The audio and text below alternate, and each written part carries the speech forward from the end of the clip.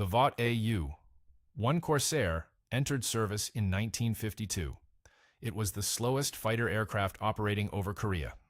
By design, maximum speed at sea level, 238 miles per hour. The Marine Corps ordered it that way. They stripped out the supercharger, cut the engine's high-altitude performance, added 1,800 pounds of armor plating around the cockpit and oil cooler. The result flew like a truck and couldn't catch anything built after 1944. Perfect. The AU-1 existed for one mission, close air support below 10,000 feet. The Marines wanted an aircraft that could survive ground fire, carry ordnance until the wings sagged, and loiter over a target zone while faster jets screamed past on their way back to base for fuel. Speed didn't matter if you were orbiting a trench line at 800 feet, waiting for a forward air controller to mark the next bunker. The standard loadout made bombers jealous. 10 hardpoints, 5-inch Zuni rockets, 500-pound bombs, napalm canisters, 20mm cannon pods, or any combination the ordnance chief could bolt on before the weight calculations said stop. The internal fuel tanks held 237 gallons. Add two 150-gallon drop tanks, and the AU-1 could stay over the target for 4 hours. 4 hours. An F-86 Sabre carried enough fuel for 45 minutes of combat, but that airframe, bent wing gull design from 1940, radial engine with a 3-blade propeller, tailwheel landing gear. Every aerodynamic feature screamed previous war. The Navy had already retired its carrier-based F-4U-4 Corsairs by 1952, replacing them with jets. The Marines kept ordering propeller variants because nobody else could do the mission. The AU-1's 420mm AN/M3 cannons lived in the wing roots, 2 per side. Each gun fired 750 rounds per minute. Total ammunition load, 1,000 rounds, 250 per cannon. The guns themselves weighed 141 pounds each before loading. The entire weapon system, guns, ammunition, feed mechanisms, blast tubes, added 1,847 pounds to the aircraft. For comparison, the MiG-15's cannon setup weighed 992 pounds loaded. Marine pilots called it the able-unable from the AU designation. Some called it the ground lover because it spent entire sorties below cloud cover.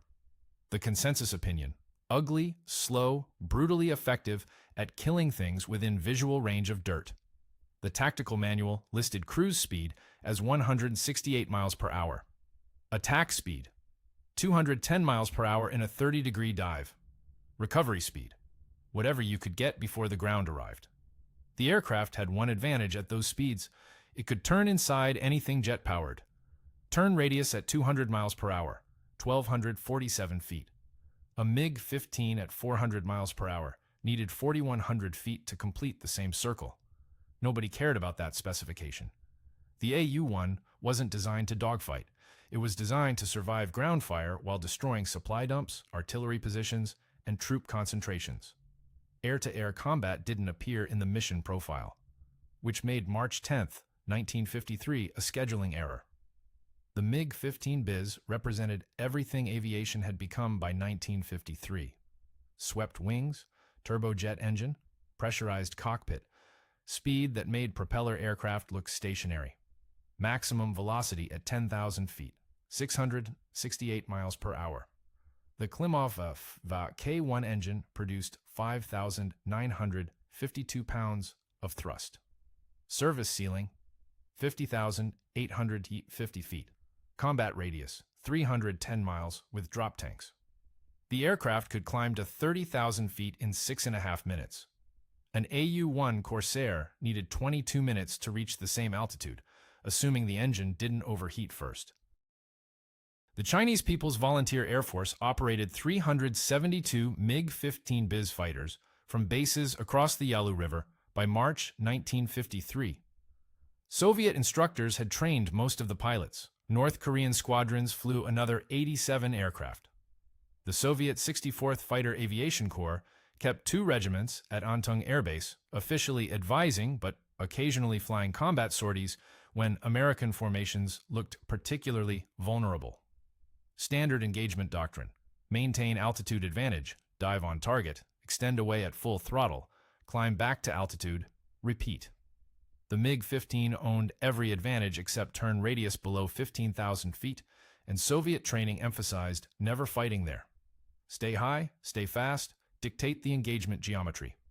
The armament made speed irrelevant once you achieved firing position. 1 Nudelman N 37-37mm cannon in the lower nose, 2 Nudelman Richter NR 23-23mm cannons in the lower fuselage. The 37mm round weighed 1.5 pounds. Muzzle velocity, 2,230 feet per second. A single hit could remove an F-86's wing. 2 hits would disintegrate a B-29's fuselage section. Rate of fire created the only limitation. The N-37 fired 400 rounds per minute. The 2 NR-23s managed 850 rounds per minute each. Total ammunition, 40 rounds of 37mm, 160 rounds of 23mm. Pilots learned to fire in half-second bursts. Longer trigger pulls emptied the guns without improving hit probability. Chinese pilots called the MiG-15 our Swift. North Korean pilots called it the People's Guardian. Soviet instructors called it adequate for the mission parameters. All three groups agreed on one assessment. American propeller aircraft were target practice. The tactical manual distributed to Chinese squadrons in early 1953 listed specific threat priorities. F-86. Sabres, engage only with numerical superiority and altitude advantage. F-84. Thunderjets, vulnerable during attack runs, dangerous in turning fights. B-29 Superfortresses, primary target, approach from 6 o'clock high, single firing pass. Propeller fighters, the manual allocated 3 sentences. Obsolete aircraft occasionally encountered during ground attack missions. Superior speed allows disengagement at pilot's discretion. Maintain energy advantage to avoid unnecessary maneuvering. The Chinese 12th Air Division, based at Antung, had destroyed 4 F-4U Corsairs in the previous 6 months. All 4 kills followed the same pattern. Bounce from altitude, firing pass, extend to safety. Total engagement time averaged 34 seconds. None of the MiG pilots reported difficulty with the intercepts. March 10, 1953 looked identical to those previous missions. Weather clear, visibility unlimited, 8 MiG-15s launching for armed reconnaissance south of the Chongchon River. The mission brief mentioned possible ground attack aircraft in the target area. Nobody considered that worth discussing. Marine Attack Squadron 212 launched from K6 Airfield at Pyeongtaek at 8:15 a.m. 4 AU-1 Corsairs, each carrying 6 500-pound general-purpose bombs and full ammunition for the wing guns. The target? A supply depot 3 miles southeast of Sinanju. Intelligence reported recent truck activity, possible ammunition storage, probable fuel cache. Captain Howard Thayer led the flight. First Lieutenant Jesse Brown flew wing. Second Lieutenant Robert Keller and Second Lieutenant James Walsh rounded out the formation. Total flight time to target, 47 minutes at cruise speed. Expected opposition, ground fire, possibly heavy. The weather briefing called it severe clear. Visibility unlimited, ceiling above 50,000 feet. Winds light and variable. Perfect conditions for close air support. Also perfect for MiG patrols. But the AU-1s would be operating at altitudes the jets rarely bothered with. The mission plan kept them below 6,000 feet from departure to recovery. Cross the bomb line at 4,000 feet, descend to 1,500 feet for target identification, make bombing runs at 800 feet in 30-degree dives. 4 passes, drop ordnance, assess damage, return to base. Standard procedure. VMA 212 had flown identical missions 43 times since February. Thayer's flight crossed into North Korean airspace at 8:52 a.m. No radio chatter. Radio silence until ordnance release or enemy contact, whichever came first. The Corsairs flew in loose deuce formation, spacing that allowed maneuvering room but maintained mutual support. At Antung Air Base, the Chinese 12th Air Division began launching at 8:40 a.m. 8 MiG-15 bis fighters, organized as 2 4-ship flights. Mission Commander, Senior Lieutenant Chen Liang, 217 hours in type, credited with 3 kills against F-84s. His wingman held 98 hours of MiG time. The second element leader had flown jets for 6 months. His wingman had soloed in a MiG-15 11 days earlier. The mission tasking called for armed reconnaissance between Sinanju and Sukchon. Soviet advisors had identified increased American ground attack activity in the sector. The MiG flight would patrol at 25,000 feet, observe American strike aircraft, engage if conditions favored overwhelming advantage. Chen's flight climbed to altitude over friendly territory, then turned south toward the patrol area. Standard fuel load, standard ammunition. The briefing mentioned possible F-4U Corsairs operating in the sector. Nobody discussed tactics for engaging them. The previous 4 intercepts had required no discussion. At 9:03 a.m., Thayer's Corsairs reached the initial point 2 miles north of the target. They descended to 2,000 feet, began the target run orientation.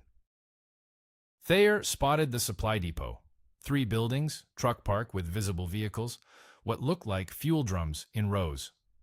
At 9:04 a.m., Chen's MiG flight completed their southbound leg and began the turn back north. They were at 24,000 feet, 12 miles east of Sinanju. Neither formation knew the other existed. Thayer began his first bomb run at 9:06 a.m., rolled in from 2,000 feet, nose down to 30 degrees, airspeed climbing through 230 miles per hour. He pickled 2 bombs at 900 feet, pulled out at 600 feet with 4.5 Gs on the airframe. Both bombs hit short of the target building. He pulled left to set up for the second pass. Brown followed 15 seconds later. His bombs bracketed the northern building. Keller's run destroyed 2 trucks in the park. Walsh's ordnance impacted near the fuel drum storage. At 9:08 a.m., Chen's wingman spotted something below. He radioed the formation leader. Chen descended 2,000 feet to verify the sighting. 4 propeller aircraft, turning at low altitude, smoke rising from ground targets. Chen made his decision in 3 seconds. He rolled inverted, pulled the nose down, and called for his flight to follow him into the attack. The Corsairs were completing their second bombing pass when the MiGs arrived. The official Marine Corps after-action report lists the engagement as air-to-air combat, 4 AU-1 versus 8 MiG-15, vicinity Sinanju, duration 14 minutes, result 5 MiG-15 destroyed, no friendly losses. The Chinese People's Volunteer Air Force loss records for March 10, 1953 show 3 MiG-15 bis aircraft failed to return to Antung. 2 additional MiGs landed with battle damage severe enough to require depot-level repair. The formation leader's aircraft returned with minor damage to the vertical stabilizer. Those numbers don't match. The Soviet 64th Fighter Aviation Corps Daily Intelligence Summary mentions the engagement in 2 sentences. 12th Air Division encountered American propeller fighters during armed reconnaissance mission. 2 aircraft lost to unknown causes, 3 aircraft damaged, mission aborted. Unknown causes. The declassified Marine Intelligence Report from March 11th includes a translated radio intercept from the engagement. Chinese pilot to formation leader, timestamp 9:11 a.m. He turned inside me, I cannot follow, I am hit. That transmission cuts off mid-word. No further communication from that aircraft. A second intercept at 9:17 a.m., different voice. Disengaging engine fire, attempting return to base. That pilot made it 62 miles before ejecting over friendly territory. Chinese records confirm his rescue. The third missing aircraft never transmitted after 9:09 a.m. The Chinese loss documentation lists it as combat loss, pilot killed, cause unknown, wreckage not recovered. So, 3 confirmed losses in Chinese records, 5 claimed by Marines, 2 aircraft unaccounted for in the documentary evidence. Captain Thayer's gun camera footage survived. 15 seconds of film showing a MiG-15 in a left-hand turn, tracer rounds walking up the fuselage, pieces separating from the tail section, the MiG rolling inverted and departing the frame. The film stops there. Gun cameras in 1953 used mechanical triggers tied to the cannon firing circuits. When the gun stopped, the camera stopped. First Lieutenant Brown's camera malfunctioned. No footage. His written statement describes two firing passes on separate MiG-15s, both observed to take hits, one trailing smoke, final disposition unknown. Second Lieutenant Keller's report claims one MiG-15 destroyed after a sustained turning engagement. No gun camera footage. His wingman, Second Lieutenant Walsh, confirms seeing that MiG enter a spin and impact terrain approximately 4 miles south of the engagement area.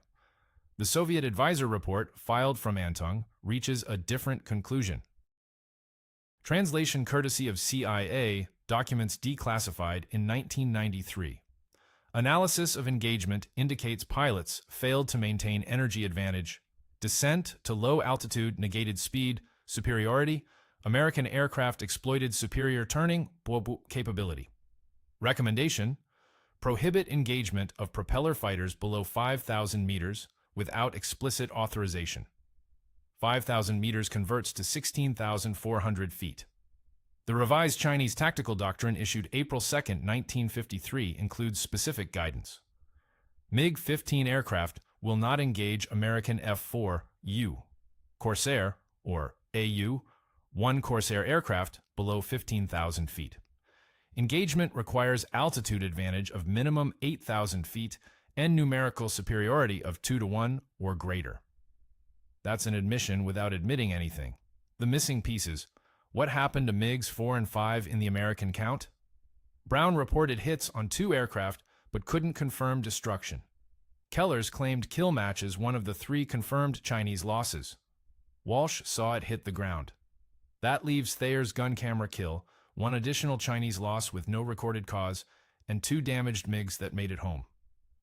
Somewhere in that accounting, 2 aircraft exist in American claims, but not in recoverable Chinese documentation. Either they made it back to base and the damage reports were destroyed, or they crashed in areas where wreckage recovery never happened, or the documentation gap reflects something nobody wanted written down. Fair enough. Not every loss gets recorded the same way on both sides. The AN/M 320mm cannon entered production in 1944. Browning designed it as a lighter, faster firing replacement for the Hispano design the Army and Navy had been using since 1941. The M3 weighed 61 pounds less than the Hispano and fired 150 rounds per minute faster. Rate of fire, 750 rounds per minute. Muzzle velocity, 2,850 feet per second. The round itself, a high-explosive incendiary tracer, weighed 4.5 ounces and carried 0.75 ounces of explosive filler. Impact against aluminum aircraft skin, the round punched through, then detonated inside the structure. The AU-1 carried 4 of these guns. Total rate of fire, 3,000 rounds per minute. That's 50 rounds per second, combined. A 1-second trigger pull sent 50 projectiles downrange. A 2-second burst emptied 100 rounds into whatever occupied the gun sight Pipper. Maximum effective range, 1,200 yards. Practical combat range, 400 yards or less. Marine gunnery training emphasized close-range shooting. Get inside 400 yards, center the target, fire until it stops being a target. The ammunition loadout split between armor-piercing incendiary and high-explosive incendiary in a 4-to-1 ratio. Every 5th round was HEI, designed to produce visible effects on target. The other 4 punched holes and started fires. Total ammunition capacity, 250 rounds per gun, 1,000 rounds total. At maximum rate of fire, all 4 guns would empty in 20 seconds of continuous firing. Nobody fired continuously for 20 seconds. Marine doctrine called for 1 to 2 second bursts, spacing between bursts to assess effects and correct aim. A typical engagement, 4 to 6 bursts, consumed 240 to 360 rounds. That left 700 rounds minimum for additional targets or extended combat. The MiG-15's armament followed different logic. 1 37mm cannon, 2 23mm cannons. The 37mm fired a projectile weighing 1.5 pounds. The explosive filler alone weighed 7 ounces. One hit from that weapon would remove a wing or blow an engine apart. But the N-37 cannon carried 40 rounds total. At 400 rounds per minute, the gun emptied in 6 seconds of sustained fire. The two 23mm cannons held 80 rounds each, giving them just under 6 seconds of firing time at their combined rate of 1,700 rounds per minute. Soviet training emphasized single firing passes. Dive, fire a 1-second burst, extend away at full power. The MiG-15's ammunition supply supported 3 to 4 engagement cycles before Winchester status. The Corsairs' ammunition supply supported sustained combat lasting multiple minutes. But ammunition capacity meant nothing without hitting the target. And hitting the target required specific geometric relationships between shooter and victim. The AU-1's maximum speed of 238 miles per hour became an advantage in turning fights. At that velocity, the aircraft could sustain a 4G turn without excessive altitude loss. Turn radius, 1,247 feet. Turn rate, 11 degrees per second. The MiG-15 at 400 miles per hour, half its maximum speed, needed a turn radius of 4,100 feet. Turn rate at that speed, 6 degrees per second. The jet could turn tighter by slowing down, but slowing down meant bleeding energy, and bleeding energy in combat meant dying. At 200 miles per hour, the MiG-15's turn radius dropped to 2,300 feet, still not as tight as the Corsair, and at 200 miles per hour, the MiG's controls became mushy. The swept wing design that made high-speed flight possible became a liability at low speeds. Aileron authority decreased, rudder effectiveness dropped, the aircraft wanted to depart controlled flight. The Corsair at 200 miles per hour flew like it was designed to operate at exactly that speed. Because it was. Every dogfight became a math problem. The MiG pilot needed to maintain enough speed to keep the controls responsive while staying slow enough to track a turning target. That window existed between 350 and 450 miles per hour. Outside that range, either the controls stopped working, or the turn radius became too large to track a maneuvering Corsair. The Corsair pilot just needed to keep turning. Every degree of turn the MiG couldn't match shifted the geometry toward a firing solution. And the AU-1 could turn all day at 200 miles per hour without running out of airspeed, altitude, or ammunition. The MiG-15 entered combat with overwhelming advantages in speed, climb rate, altitude capability, and firepower per shot. The Corsair entered with one advantage. It could turn inside the MiG's radius at the speeds where combat actually happened. March 10, 1953, tested which advantage mattered more when 8 jets descended to fight 4 propeller aircraft at 6,000 feet and below.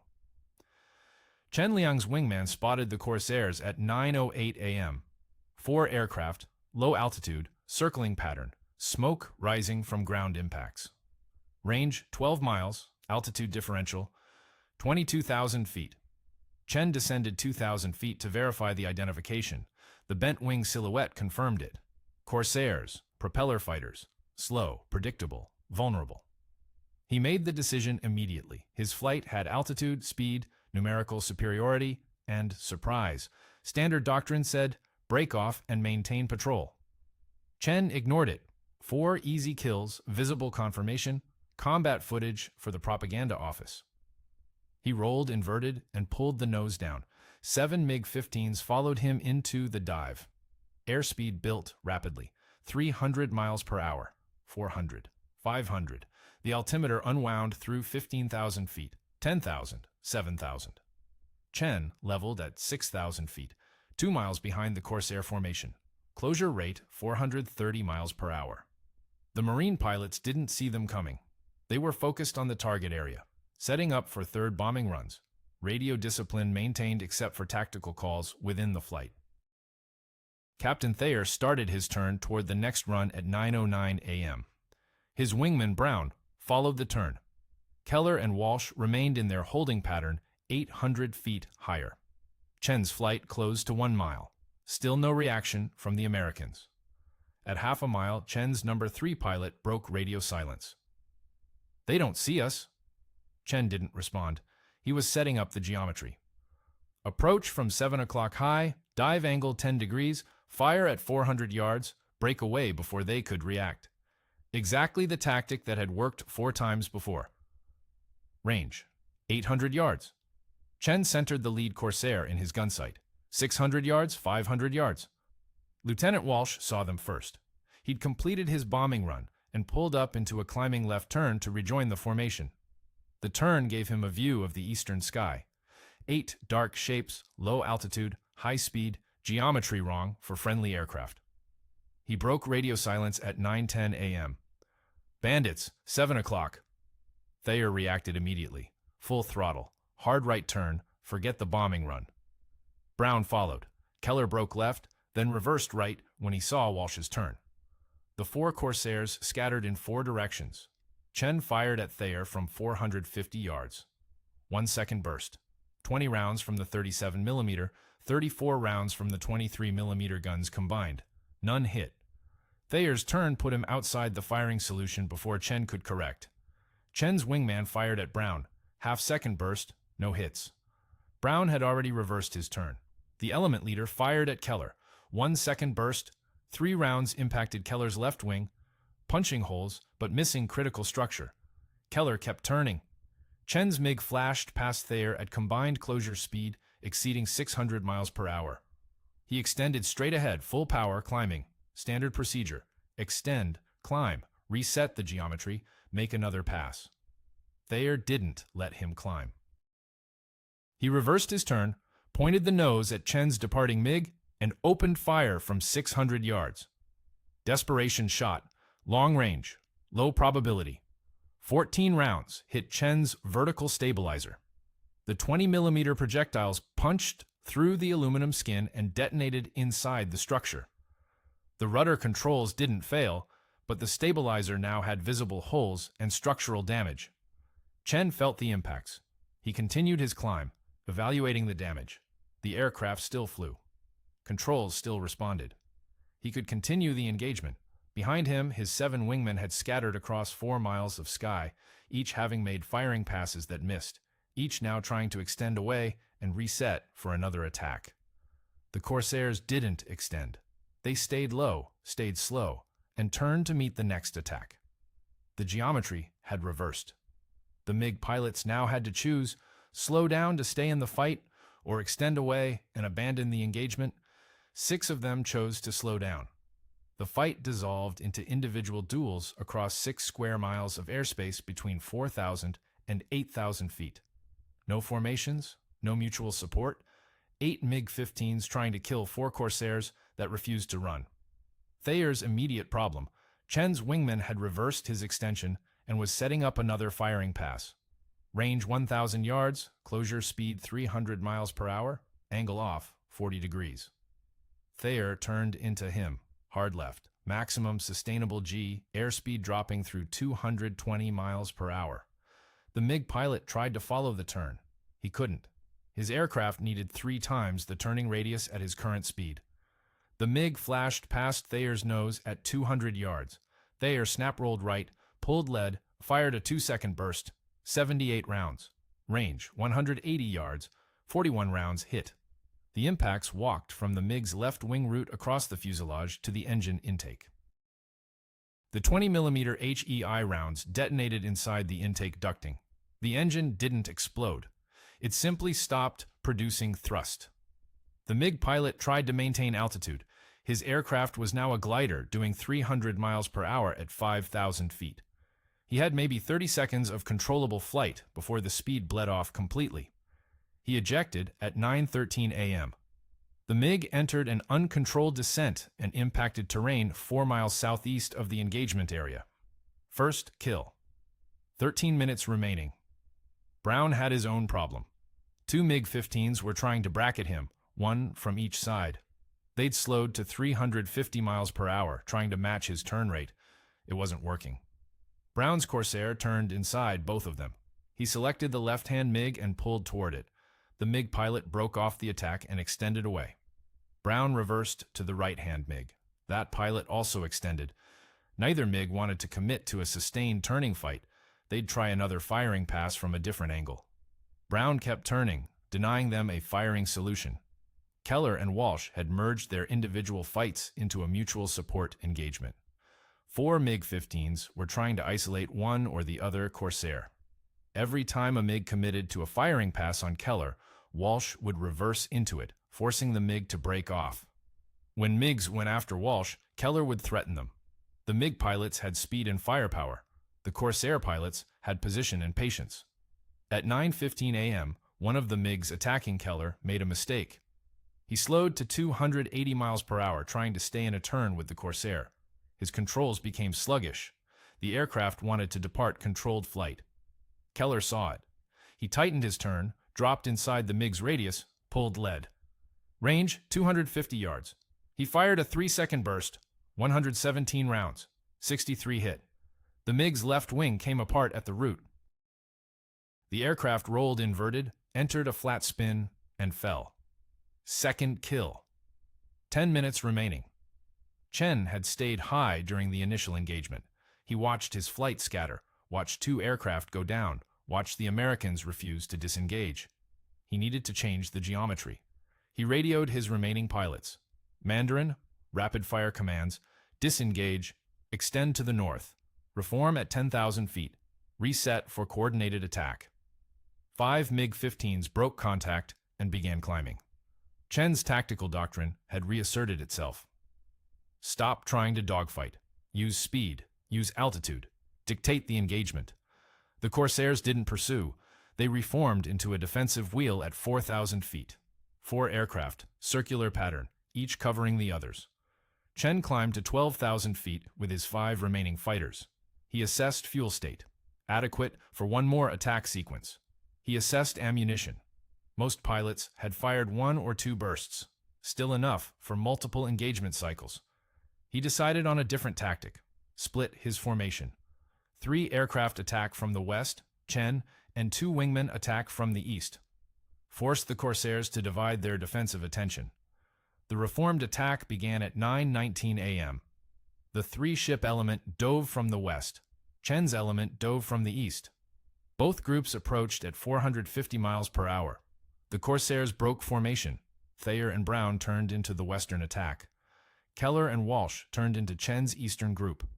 Chen's number 2 pilot reached firing position first. He centered Walsh's Corsair in his gun sight, range 300 yards, perfect deflection angle. He fired a 2-second burst.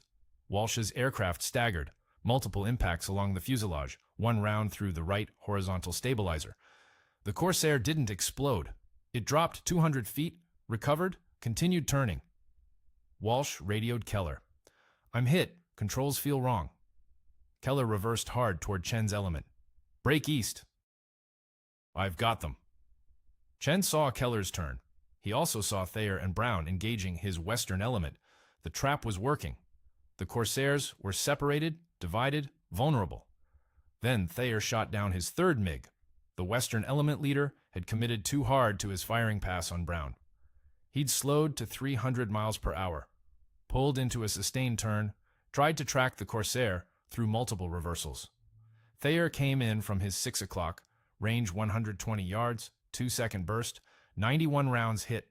The MiG's engine exploded. The pilot ejected immediately. 3rd kill, 6 minutes remaining. Chen abandoned the coordinated attack. 3 aircraft lost, 1 Corsair damaged, but still flying. Fuel state critical for extended combat. The tactical situation had collapsed. He ordered disengagement. The 4 surviving MiGs extended to the north at full throttle. The Corsairs didn't pursue. They reformed, checked battle damage, established communications. Walsh's aircraft could still fly. Thayer's fuel state allowed 30 minutes to base. They turned south. At 9:24 a.m., the engagement ended. The MiG-15 was designed to intercept B-29 bombers at 30,000 feet. Everything about the aircraft optimized for that mission. Swept wings for high-speed flight, powerful engine for rapid climb, heavy cannons for maximum destructive effect per shot. None of those features helped at 4,000 feet against aircraft doing 200 miles per hour. The swept-wing design created specific aerodynamic problems at low speeds. At 400 miles per hour, the swept wing generated excellent lift with minimal drag. At 250 miles per hour, the same wing lost effectiveness. Airflow over the wing became turbulent. Lift decreased. The aircraft wanted to drop a wing and spin. Soviet test pilots documented this behavior in 1949 during initial flight testing. The MiG-15 had a minimum safe maneuvering speed of 280 miles per hour at sea level. Below that speed, control authority degraded rapidly. The ailerons stopped responding predictably. The rudder became the primary turning control. Trying to turn tightly at low speeds risked departing controlled flight entirely. American test pilots who flew captured MiG-15s in 1953 reached identical conclusions. Chuck Yeager's evaluation report: aircraft handles like a fighter above 350 miles per hour. Below that speed, it flies like a truck with one wheel missing. The AU-1 Corsairs' minimum controllable speed was 78 miles per hour. The aircraft could maintain controlled flight across a speed range of 160 miles per hour. The MiG-15's controllable range was approximately 320 miles per hour. Wider range meant more options in combat. Energy management created the second problem. The MiG-15 entered combat with kinetic energy from speed and potential energy from altitude. Every turn traded that energy for angular position. Tight turns cost more energy than gentle turns. Sustained turning cost more than single turn and extend tactics. Soviet doctrine emphasized single-pass attacks because the MiG-15 couldn't afford sustained maneuvering. Make one firing pass, extend away at full throttle, climb back to altitude, regain the energy, attack again. Trying to turn with the target meant bleeding speed and altitude until the aircraft became vulnerable. The Corsair entered combat at low speed and low altitude. It had no energy advantage to lose. Its maximum speed of 238 miles per hour meant it was always operating at the low end of the performance envelope. It couldn't bleed energy it never had. That created an inversion. The MiG pilot had to manage his energy state constantly. Too fast meant overshooting the target. Too slow meant losing control authority. The sweet spot existed in a narrow range, and maintaining that range required constant throttle and altitude management. The Corsair pilot just maintained 200 miles per hour and turned. No energy management required. The aircraft flew the same at the beginning of the fight as it did 10 minutes later. Ammunition supply amplified the problem.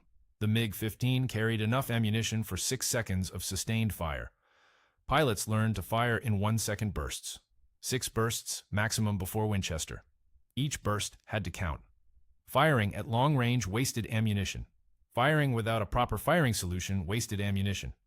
Missed twice and you'd expended 1/3 of your combat capability.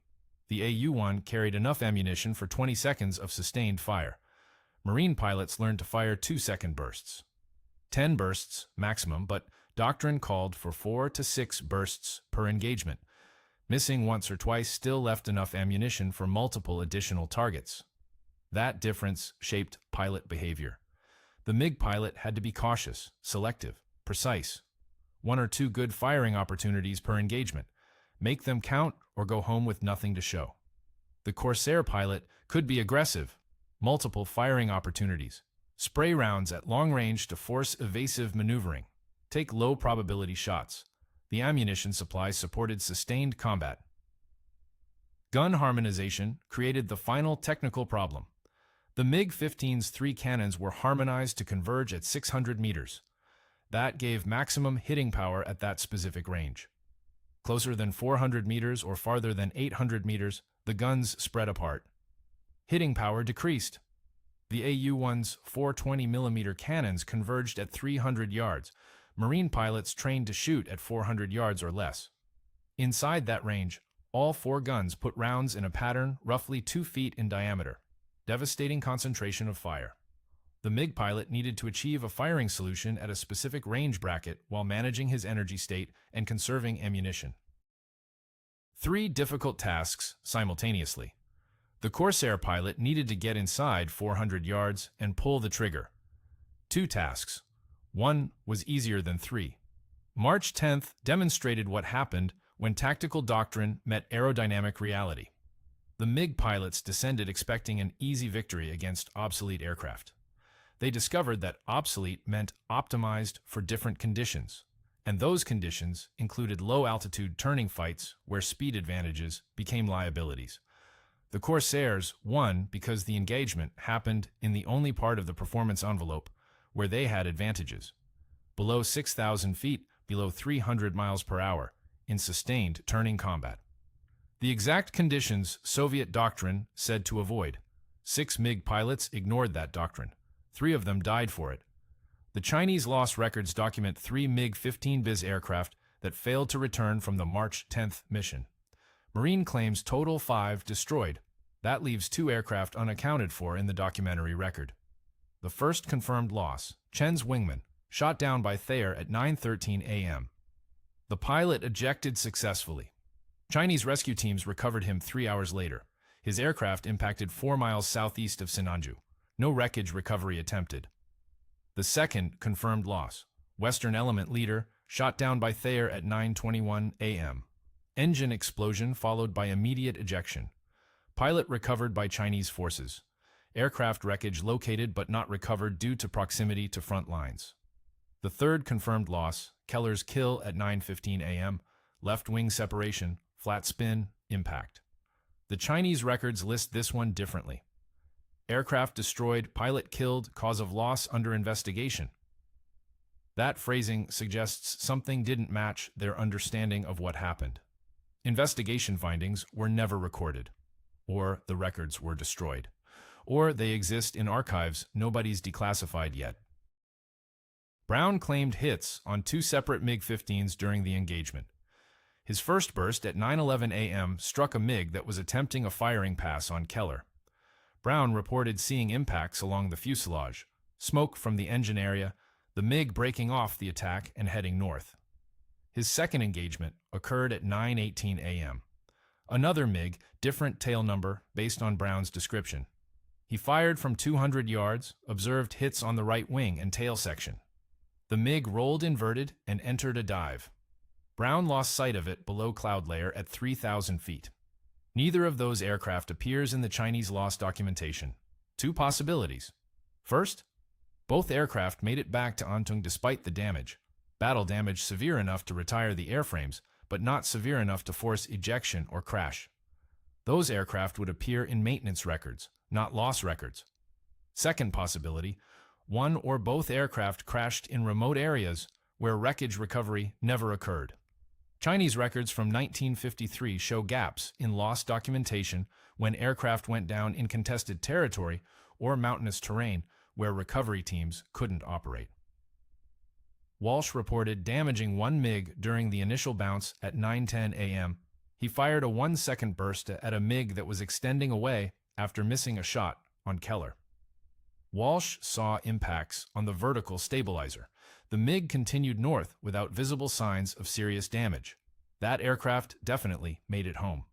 Chen's MiG had 14 holes in the vertical stabilizer from Thayer's initial defensive burst. Chinese maintenance records show that aircraft required 3 days of repair work before returning to service. So, 3 confirmed destroyed, 2 claimed by Brown with unknown final disposition, 1 damaged but recovered. The Soviet advisor report filed from Antung mentions 5 aircraft involved in the engagement. 3 total losses, 2 damaged, requiring depot maintenance. That suggests the Soviets counted aircraft differently than the Chinese, or they had access to information the Chinese didn't record in their official loss documentation. The CIA translation of that report includes a notation. Information concerning individual aircraft fates may be incomplete due to source limitations. Translation: the Soviets knew something happened but didn't have all the details either. American intelligence analysts spent considerable effort trying to reconcile the numbers. Signal intercepts confirmed at least 3 MiG-15s went down during the engagement. Gun camera footage proved 1 kill. Witness statements from all 4 Corsair pilots documented additional MiGs observed to take damage and either crash or depart the area, trailing smoke. The final intelligence assessment, dated March 24, 1953. Minimum 3 MiG-15 aircraft destroyed confirmed through multiple sources. Maximum 5 destroyed based on aircrew claims and radio intercepts. Probable outcome: 4 destroyed, one damaged and recovered. That's intelligence analysis language for "we're not completely sure." The discrepancy exists because battlefield documentation is never perfect. Pilots report what they saw. Gun cameras record fragments of engagements. Radio intercepts capture pieces of communication. Loss records reflect what units choose to document or what they can verify through wreckage recovery. Put all those sources together and you get a range, not a number. The engagement on March 10th destroyed somewhere between 3 and 5 MiG-15 aircraft. The lower bound comes from verified Chinese losses. The upper bound comes from Marine claims. The actual number sits somewhere in that range. The tactical outcome matters more than the precise count. 8 MiG-15s attacked 4 AU-1 Corsairs. The MiGs lost multiple aircraft. The Corsairs lost none. The surviving MiG pilots returned to base and told their commanders that propeller fighters were more dangerous than briefings suggested. 3 days later, new tactical guidance went out to all MiG-15 squadrons operating from Antung Air Base.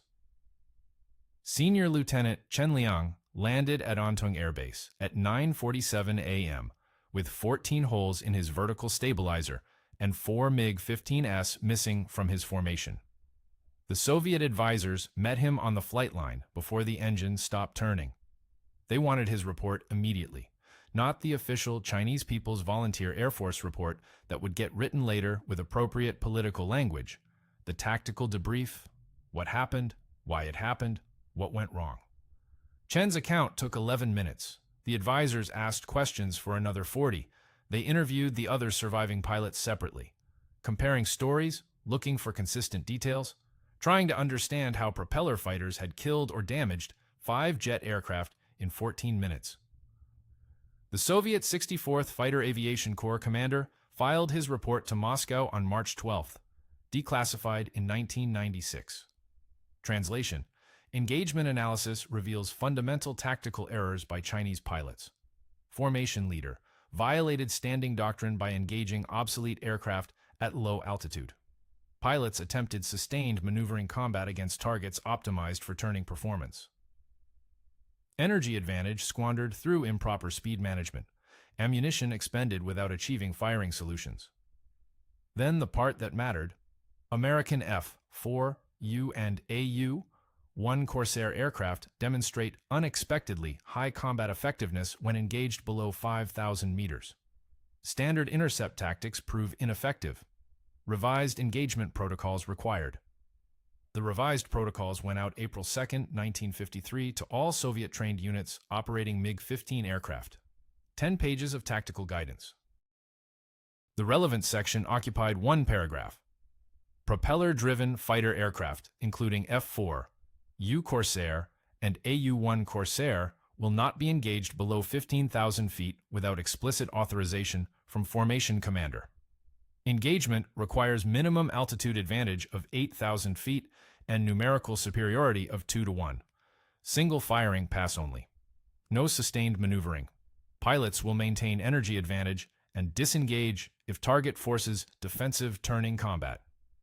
That's Soviet military language for "don't do what Chen did." The Chinese 12th Air Division issued similar guidance. Their version included specific numbers: minimum engagement altitude, 4,500 meters, minimum speed during attack, 550 kilometers per hour, maximum turn angle during engagement, 90 degrees. Exceed 90 degrees of turn and you're violating doctrine. 90 degrees, 1/4 of a circle. Barely enough to correct for a missed firing pass. Not enough to stay in a turning fight. North Korean units received the same tactical bulletin. The Vietnamese People's Air Force got a translated copy in 1965 when they began operating MiG-17s against American aircraft. The guidance stayed consistent. Avoid turning fights with American propeller aircraft at low altitude. The standing order remained in effect through the end of the Korean War. MiG-15 pilots spotted Corsairs and AU-1s on 47 subsequent occasions between March 10th and July 27th, 1953. They engaged 12 times. All 12 engagements occurred above 18,000 feet. All followed single-pass attack doctrine. None resulted in MiG losses. The other 35 times, the MiG pilots saw the Corsairs and continued their patrol without engaging. That's victory without firing. The American aircraft operated unmolested because Soviet tactical doctrine had reclassified them from easy targets to avoid unless conditions optimal. Captain Thayer returned to VMA 212 after the engagement and flew 23 additional combat sorties before rotation stateside in June. He never encountered MiG-15s again. Neither did Brown, Keller, or Walsh. The four of them had changed the tactical calculus for an entire theater. Chen Liang continued flying combat missions through May 1953. His aircraft, the MiG-15 Busy with the repaired vertical stabilizer, carried 14 patches visible from 200 yards. Other Chinese pilots knew what those patches meant. Chen never discussed the engagement. His official record listed 3 confirmed kills against F-84 Thunderjets. The mission on March 10th appeared as combat patrol, contact with enemy aircraft, no claims submitted. The Soviet advisors knew differently. So did every MiG-15 pilot who read the revised tactical guidance and understood why those specific restrictions existed. The lesson cost 3 aircraft, possibly 5. It purchased tactical knowledge that kept Soviet-trained pilots alive for the rest of the war. Don't dogfight Corsairs at low altitude. Don't trade speed for position. Don't assume propeller aircraft are easy victories. That knowledge came from 4 Marine pilots flying obsolete aircraft who turned inside 8 jets and shot down at least 3 of them in the time it takes to fly from Sinanju to the Yalu River and back. The tactical bulletin never mentioned their names, just the aircraft type, the engagement parameters, and the standing order that followed. No MiG-15 pilot operating from Antung ever forgot what those parameters meant,